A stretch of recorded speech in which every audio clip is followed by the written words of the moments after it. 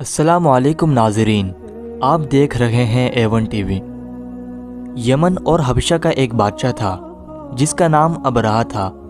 اس نے شہر صنعاء میں ایک گرجا گھر بنایا تھا اور اس کی خواہش تھی کہ حج کرنے والے بجائے مکہ مکرمہ کے صنعاء میں آئے اور اسی گرجا گھر کا طواف کریں اور یہیں حج کا میلہ ہوا کرے۔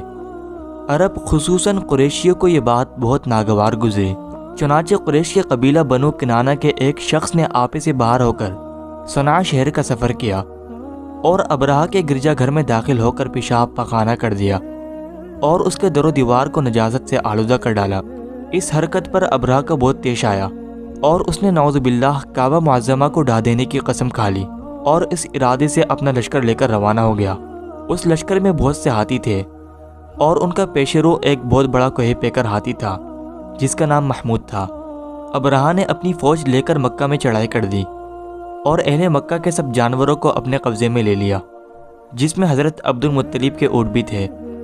وہی عبد المطلب جو ہمارے حضور خاتم النبیین حضرت محمد مصطفیٰ صلی اللہ علیہ وسلم کے دادا ہیں۔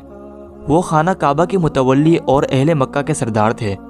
وہ بہت ہی رعبدار اور نہایت ہی جسیم و باشکوہ آدمی تھے۔ وہ ابرہہ کے پاس آئے۔ ابرہہ نے ان کی بہت تعظیم کی اور آنے کا مقصد پوچھا تو آپ نے فرمایا کہ تم میرے اونٹوں کو مجھے واپس دے دو۔ یہ سن کر ابرہہ نے کہا کہ مجھے بڑا تعجب ہو رہا ہے کہ میں تو تمہارے کعبہ کو ڈھانے کے لیے فوج لے کر آیا ہوں، جو تمہارا اور تمہارے باپ دادا کا ایک بہت مقدس و محترم مقام ہے۔ آپ نے اس بارے میں مجھ سے کچھ بھی نہیں کہا، صرف اپنے اونٹوں کا مطالبہ کر رہے ہیں۔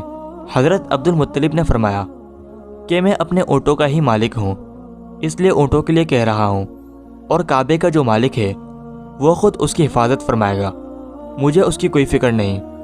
ابرہہ نے آپ کے اونٹوں کو واپس کر دیا۔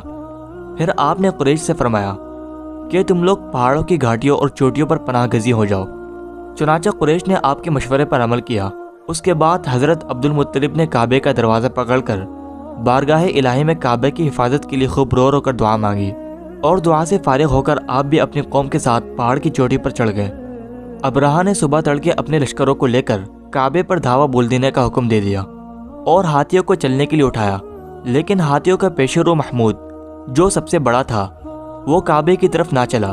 جس طرف اس کو چلاتے تھے چلتا تھا، مگر کعبے کی طرف جب اس کو چلاتے تھے تو وہ بیٹھ جاتا تھا۔ اتنے میں اللہ تعالیٰ نے سمندر کی جانب سے پرندوں کا لشکر بھیج دیا، اور ہر پرندے کے پاس 3 کنکریاں تھیں، 2 پنجوں میں اور 1 چونچ میں۔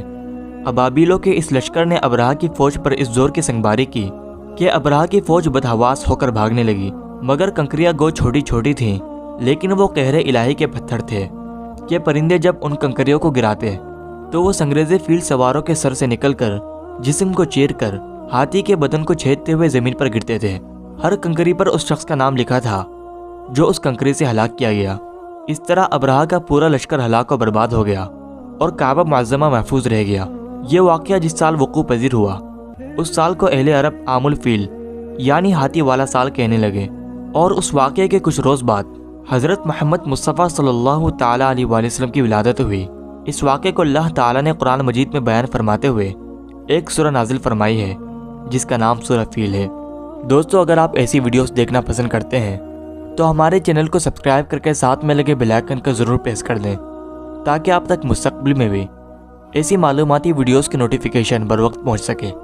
اجازت دیجیے، ہمیں ملتے ہیں ایک اور نئی ویڈیو کے ساتھ۔ اللہ حافظ۔